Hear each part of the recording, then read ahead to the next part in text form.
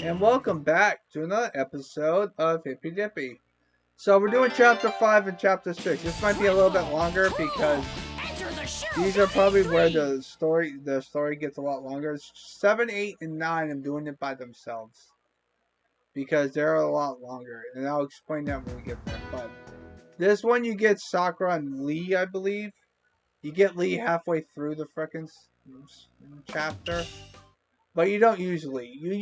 I do use Sakura just because of reasons. Will I get attacked the whole entire fucking way, like it's sliced butter? Like if you get attacked all the time, it's not gonna.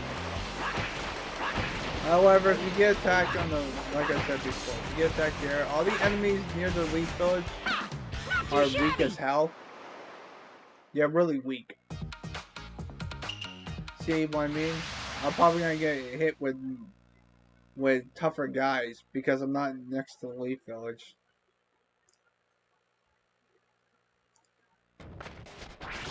See what I mean?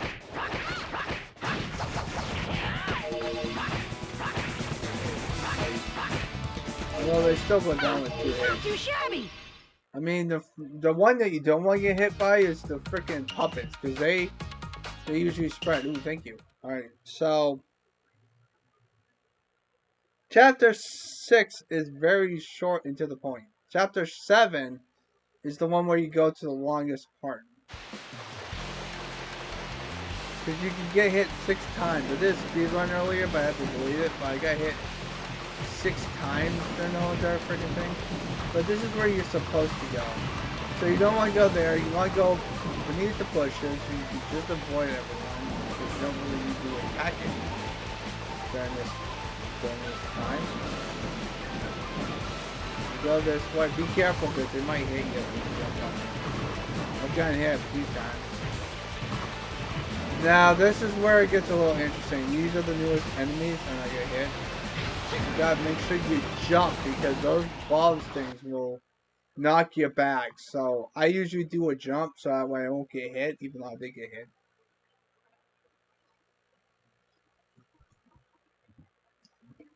Ah, monster. Thank you for having my fucking back. I have another monster, but I'm gonna save it.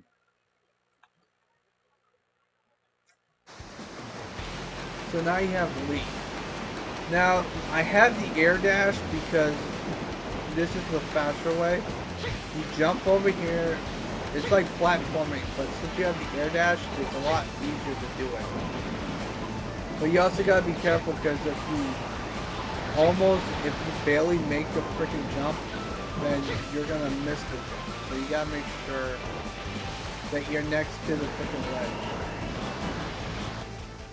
Pretty much.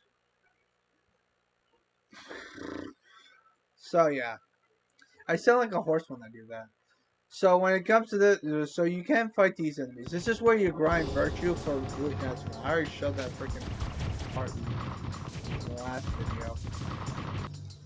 So you go here, you can just avoid everything. This cutscene's very short. It doesn't load that often.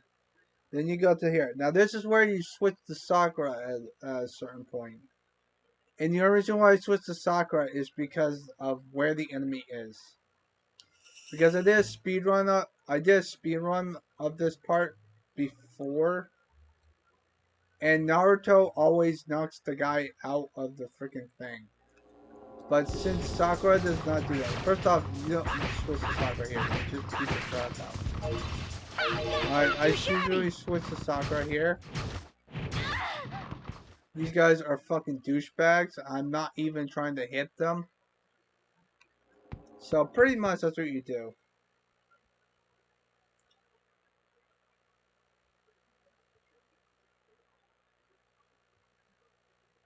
Also do a. So when it comes to the next boss, the next puppet, because there's 3 of them, you use Sakura because of the fact that Naruto, if you do too much combos on him, he falls off the railing and it takes a few seconds to knock him off. So I usually use Sakura because she usually uses ground freaking thing, but you don't need to do that for the next puppet. Sakura's the best bet, although you do have to use Sakura of fighting Naruto.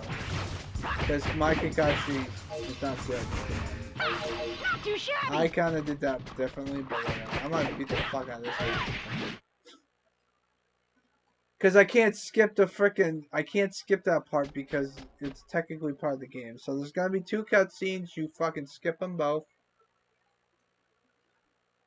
So there we go. And now now there are 2 red things. One's for a save point and the other one is for the slammer door. You want to go to this one because because it opens up the freaking door. You see my point? And then you go down here. Now this is where it gets a little interesting. So this is gonna be fun.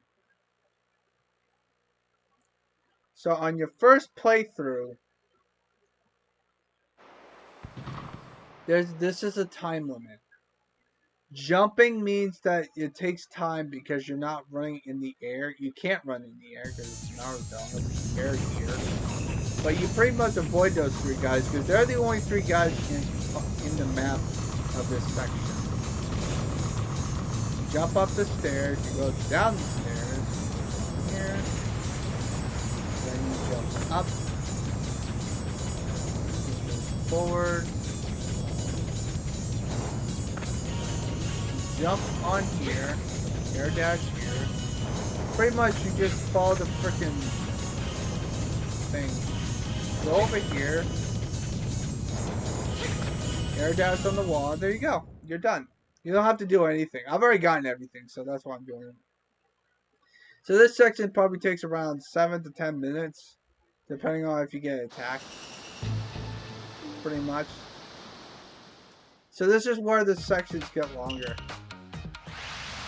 I've gotten attacked every time except for 1, I believe. And that was in chapter 1, I believe. No, chapter 2 I did get hit once as well. So this is where... Alright, so this is where the shuriken comes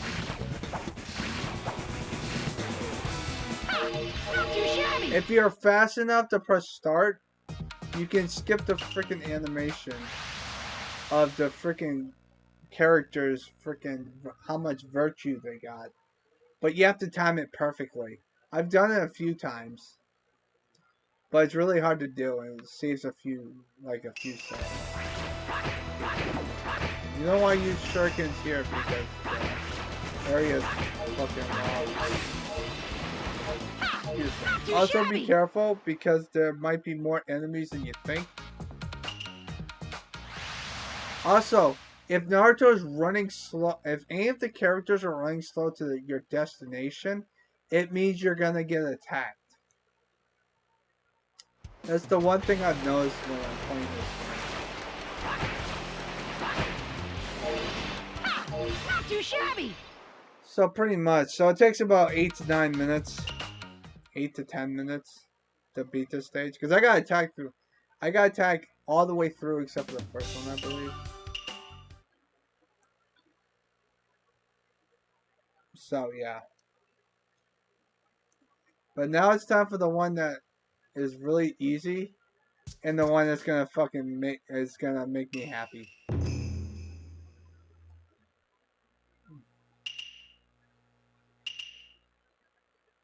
Because I gotta show you guys something. But I'll do that next part since it's already 9 minutes. So I hope you guys have a nice positive day and stay positive.